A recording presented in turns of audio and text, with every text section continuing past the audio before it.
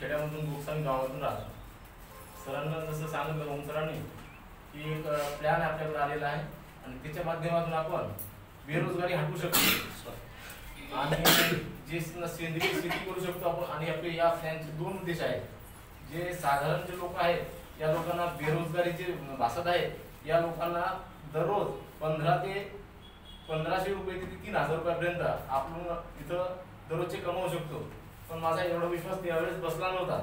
पण ज्यावेळेस मी सतत सरसोबत काम केलं आणि सरांसोबत संपर्क करून या गोष्टीची मला जाणीव झाली आणि मी थोडं काम चालू केलं आणि हलक्या पद्धतीत काम केलं.